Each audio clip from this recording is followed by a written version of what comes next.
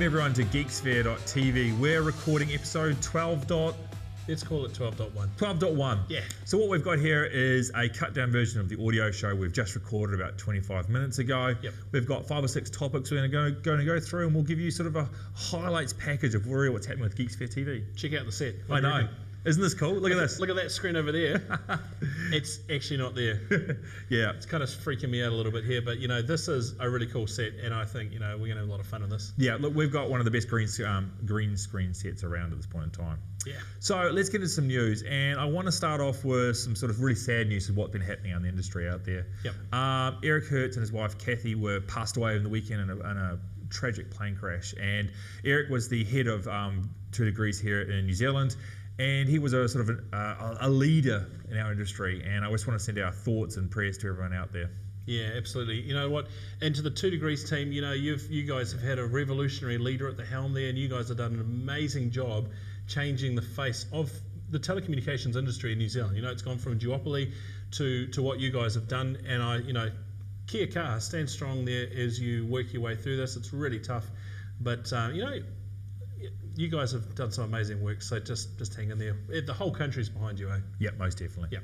So moving on to tech news, one of the big announcements this week has really been around Facebook. Facebook have sent out some sort of very brief invites to a lot of the world's media around come along on April the 5th or 6th here in New Zealand, yep, and sort of hear what's happening with Facebook on Android. Well, see, that's interesting you mentioned that, because the title of their invite was come and see our new home on Android or something like that, wasn't it? Yes, a new home on Android. That was so exactly we're just assuming that there's a new Facebook phone. Now, there's been a lot of rumour and speculation about what that could actually be.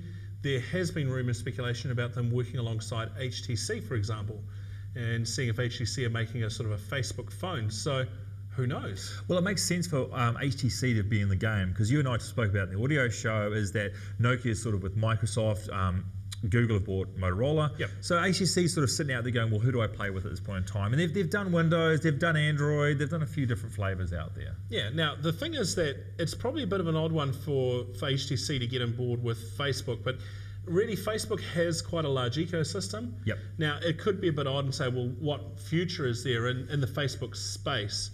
Well, there's a lot of Facebook players, right? A lot of people, and I reckon they're going to grab some of that low-hanging fruit in terms of Facebook users that are people that just use Facebook. They don't do anything else other than Facebook. They communicate, they message, they share.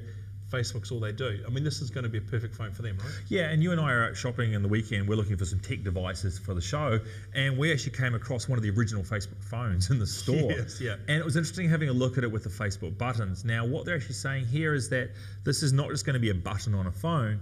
It's actually going to be a device which is going to have a new home screen. You spoke briefly around it's going to go to the Facebook ecosystem. Yeah. So Facebook has apps. It has a messaging service, it has voice, it has video. It obviously has Facebook itself. And if they can pull this together in an ecosystem which makes it really accessible, yep, with a really quick interface on the screen, and that's all you can use, they're going to hit that, I suppose, that tween market that live on Facebook at this point in time heavily. I think it'll be a good investment for them.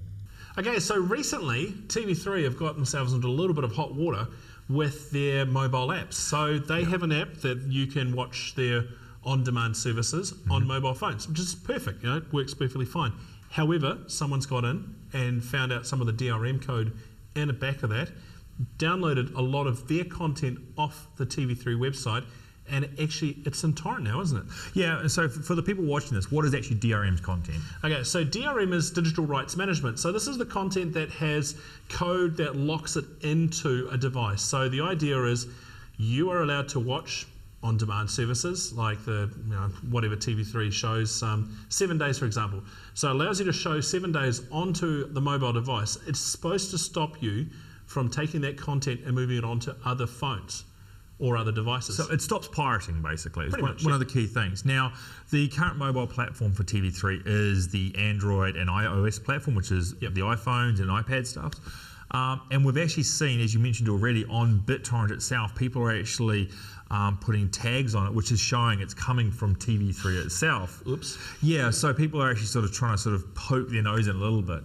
One of the big problems I feel for TV3 is that they will have restrictions put around them from the content providers like Fox, who make The Simpsons, and all the other HBO and everyone else. And if they don't get this clamped down pretty quickly, they could get into a lot of trouble. Now, we're going to approach MediaWorks to see if we can get some more information, who are TV3's, I suppose, overarching broadcaster. But it really shows, I think, for a lot of app developers out there at this point in time, we've got to be super careful. Apps are great, but again, once you break into that ecosystem, you really expose everything. I think the thing with TV3, and to their credit, they've actually responded to this quite quickly. You know, they've targeted the problem, they've taken the device, the software offline. You know, full credit to them, Matt, because there's not a lot of money to do things as a broadcaster in this country. There's only 4 million of us that could possibly watch TV, and not all of us watch TV. So they don't have a lot of cash flow to try and fix this problem. Now, I think the challenge for them moving forward is being able to prove that they can continue to maintain that DRM around this product, because the manufacturers are going to say, like Fox and all those companies, they're going to turn around and say, well, we don't know if you're going to be trustworthy, I guess. Yeah, and it expands, I think, a bit further than that as well. If you look at people like Sky TV, who are looking at some way of pushing out their content onto mobile and iPad and tablet devices, Surface, everything else, how can they feel confident they can move away from their MySky box, which has been their bread and butter, to these mobile devices? Yeah. And actually be able to push out not just 3 or 4 channels, but 80 or 100, because Sky have recently announced they're expanding their channels. They're going to do the renumberings coming up soon. So I think it's really important we get this locked down in this country. Very good. Now, in other news, in gaming news, the Razer tablet. This has got a lot of us very excited here at Geeksphere. So for those of you that aren't aware of it, Razer have announced that they're building out a Windows 8 tablet with the Steam's Valve on there. Yes. And basically it's going to be preloaded, which allows you to do, explain it to me if I was a simple consumer. What is that Steam software? Give me, Skip. Okay, so Steam is a really great ecosystem that allows people to be able to buy software, games, basically. Yeah. So the problem with games is you had to go to a gaming store to get them. Not all gaming stores had the copy of your game. Really frustrating. So what Steam have done is they've taken away the distribution model through retail stores, just download it online through their system. Now, the beauty of that is they can drop the cost of that down to really low and enable you to get games. I mean, I've picked up a game for like $5. Yeah, and one of the friends of the show has actually sent us some Steam vouchers, which we're going to give away in the next few weeks. Yep. Great call out to Cyrus. Thank you very much for that. But he was telling me online that $9.99 you can actually get quite a new game that's sort of only been out maybe 6 to 12 months. And you can actually download it for like $10. Yep. And they've got specials and everything else going on. I had looked the other day. I think SimCity was like $49.95 or something. Right. So it's not the cost is definitely a lot cheaper than paying $99 in the store. Now the thing is with Steam is it also includes the social networking side of things. So you'll be able to play with your friends. You can play online. You can connect with your friends. That's a great ecosystem right there. It is this great single PC gaming package. Yep. Get the game. Get online with your friends. Share with your friends. Share add-ons and plugins and things that you create. So you can create within a game add-ons and mods, and you can share it with your friends or the rest of the community. Even make money out of that yourself. I mean, it is just a thriving game community right now. So it's great that Razer are bringing this out. It is a Windows 8 device, so it's going to be a tablet that you're going to be able to do Windows 8 with the new Windows UI on it. The gaming controls will be touchscreen based at this point in time. They are talking about having a Bluetooth gaming controller and pad. Yeah, you know what? That's going to create a little bit of confusion around the gaming device itself. As you can see, there's no controls. It is just a tablet. With no keyboard. However, the answer from Razer on that is that it's going to be a device that has Windows 8 on it. And Correct. Windows 8 has a unique way of being able to target interface controls with the touchscreen. I'm not convinced on that one, to be fair. I still think some games are going to be really awkward to play on the tablet. And I've been testing at home on my Surface device, plugging in a Xbox type controller via a dongle, Bluetooth dongle, and actually playing games that way, just to sort of see what it looks like and how it works.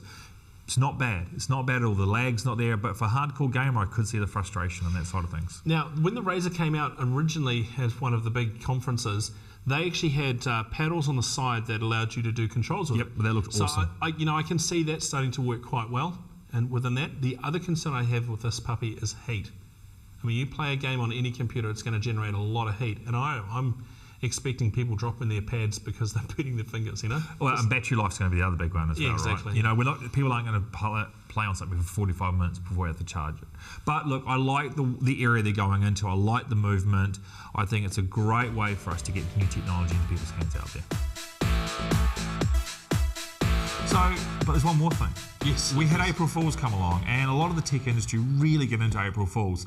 You know, for the last few years, Microsoft and Google have gone sort of tit for tat, but this year there's a whole lot of new players that have got into the market around what's going on. Yeah, I've loved it. It's been quite entertaining.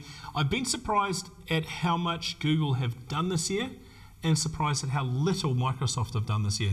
Because you tend to look at those two as the big prankster organisations, right? Yeah, Microsoft just changed their Bing environment to you type in Google, it looked like Google. Yep. And I had, rather than I Feel Lucky, which is Google's sort of trademark, they had I Feel Confused. Which you would be if you were on Bing in a Google format. Yeah, it'd be kind of strange. Yeah. But we've picked some winners. Now, you sort of really got into this. Yeah, I love So I'm going to hand this over to you. Man, I spent all weekend just trying to catch up with what was going on. Now, the first one we got coming up is a clip from Sony about some animal products. Always been left out. Until now. Isn't that right, boy? We know that our pets are so much more than pets. My dog is a beautiful genius. That's why we're now offering the Sony Animalia line of products, specifically for discerning domestic fauna. No matter what your animal companion's lifestyle, the Animalia line has it covered. Whether they're an urban commuter, a documentary buff looking to spend a night in, or a hardcore fitness nut with an active lifestyle. We haven't held back on features or quality of design because we know that our furry friends deserve the best of everything. Music is the single most important thing in a hamster's life. The second most important thing is exercise, but sometimes hamsters need that extra little push. Answer: the hamster workout. As the hamster runs, the tempo of the music changes. Of course, we can provide the gadget. Getting on that wheel comes from within. When we designed the M3 Out Kitty cans, we thought, what does the cat on the go want? Clarity of sound, obviously, but mostly, cats want to be left the alone. Seriously, cats hate having to interact with, like, anything. That's why we added active light technology. The headphones always seem like they're on, even when they're not. Even when your cat isn't listening to music, it can pretend that it doesn't hear anyone trying to talk to it. What Animalia product do you love, boy? The K9 4K is the perfect media experience for any dog. It starts with the crystal clear 4K blue and yellow display. It's the sharpest picture without reds and greens ever made. The audio features a special 54.2 channel surround sound. 54.2? That's right. With sound only in the 23 to 54 kilohertz range, it's beyond human hearing, so your canine has yet another way to feel superior to you. I did it all for you. Beautiful form, uncompromising functionality, and most importantly, all the love your best friend deserves. The Sony Animalia line at all Sony stores and authorized retailers. I just love him so much. Honestly, this Sony advert was fantastic. I just love the 54.2 surround sound channel, but only audible for dogs. Yeah, that's fantastic. And a 4K screen that was only visible to dogs as well. So like only showed blue and yellow colours. Look, there's obviously a lot of time and investment gone into just doing a spoof ad. Yeah. Now, I haven't seen the next one, Google Treasure. Yeah, so amongst all of the clips that Google did, there were a stack of them this year. I think Google Treasure was one of the best, and one of the best items was how you find treasure. Let's see the video. Wait, set it on the rail. Get it off.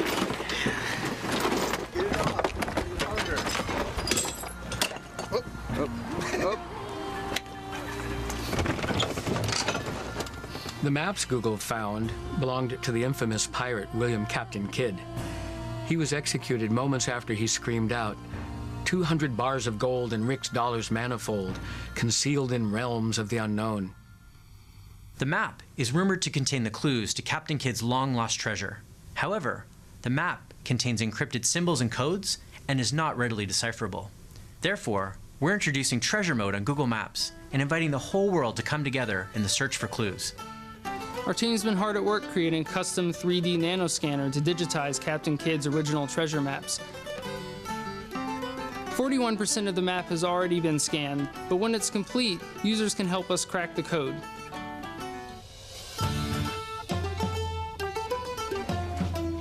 Some hidden symbols are revealed only by sunlight.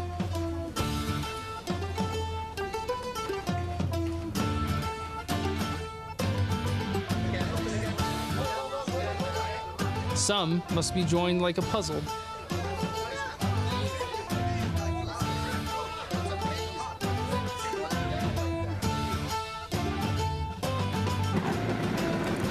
Some react to fire.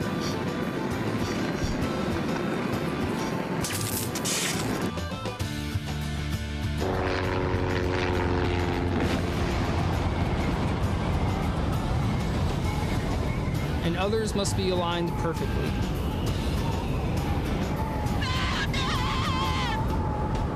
To explore treasure mode on Google Maps, click the treasure button at the top right corner of Google Maps.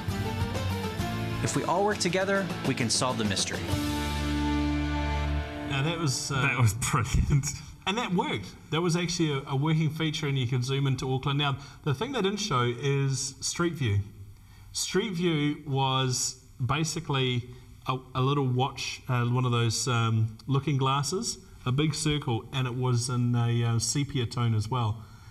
So they did the whole 9 years. It was really impressive, actually. Yeah, a lot of effort's gone into actually pulling this all together for what's been going on with the April Fool's pranks. But there is a clear winner that we've watched numerous times. Is a clear winner. Now, this one came out of left field. So this is the Toshiba Sphere. I did get that right. You've been working on that one tonight. Now, this product is Toshiba's answer to, I guess you could say, the PlayStation 3. I mean, look, it's a 12 cores of 3.5 gigahertz processor.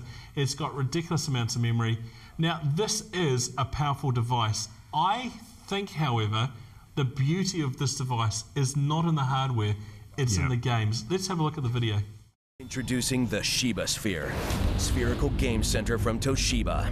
It's not just a game, it's a game changer. With one simple device, you can transform your entertainment center into a fully immersive family experience. The Shiba Sphere comes fully loaded with the award-winning box set, Patriarch 2013, with games like Contract Negotiations, Union Labor, and man's real best friend, Pet the Dog. Explore the world without ever leaving your home with Let's Travel. With over 50 brand new titles like Trade Show, Vegas Edition, Organic Farming, Bee SWAT Brazil, Killer Bees, and the latest MMORPG game, Stare Down. I mean, I love the one with the dog, and the dog sitting right below the person. And my favourite is the American Customs one. I mean, I go through that every time I go, but it does my head in. Yeah, I love the dog idea, because it's kind of Toshiba's way of saying, so you want a pet, huh? Get a pet. Yeah. It's a combination of a Wii, a Kinect, and a PS4. Yeah. So Toshiba, you've won our award for, quite frankly, just the best prank or April Fool's Day video ever. So well done, guys. Yeah. So that's Geeksphere episode 12.1. Hopefully you like the addition of what we've done here. We're going to sort of try and bring this, we'll hopefully get it to a weekly format soon. But that is Geeksphere TV. Now, if you want to find us, Skip. Okay, so you can head to our website, www.geeksphere.tv, or don't have the WWs if you're that way inclined. You can also see us on Twitter at Geeksphere TV, on Facebook, facebook.com/Geeksphere TV. You can follow us on Google+, just search for Geeksphere. We're there. Yep.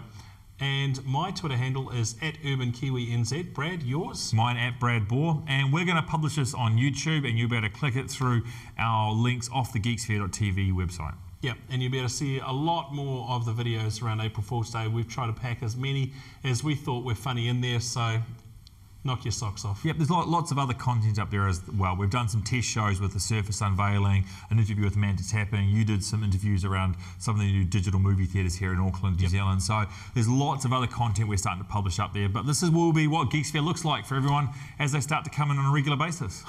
We just need cooler lights. Yeah. Anyway, thanks so much for watching, everyone. Have a good time. See ya.